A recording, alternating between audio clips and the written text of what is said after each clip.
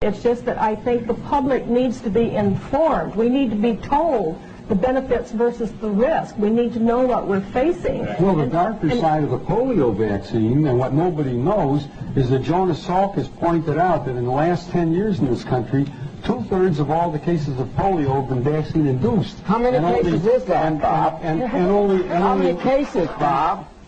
Would you not interrupt me for a second? I know that doctors are used to interrupting patients, but not another doctor. Absolutely. Especially another doctor. I think, but let's get. He does make a point that we should also say Sabin is live and live vaccine, and Salk is inactive. Is inactive, as we say in the laboratory. All right. How many was it? They ask. Well, how many people know that the European epidemic of polio, there were about 20 or 30 cases in this country.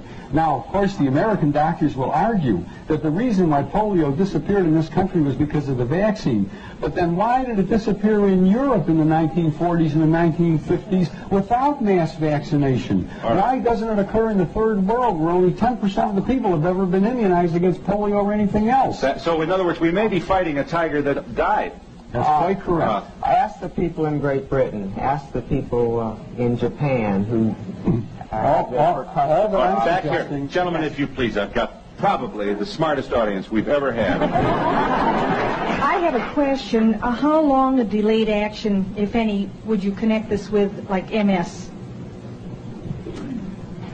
Is MS a possibility? Would multiple sclerosis be one of the possible results? As a matter of fact, there's a new publication that just came out from John Hoffman, who's a close associate of Tony Morris's, that gives the references linking MS in later life to the early introduction of live virus vaccines like measles and like some of the others that are live viruses. Now, at the present time, I would recommend that anybody who has MS or amyotrophic lateral sclerosis or any of those degenerative neurologic conditions of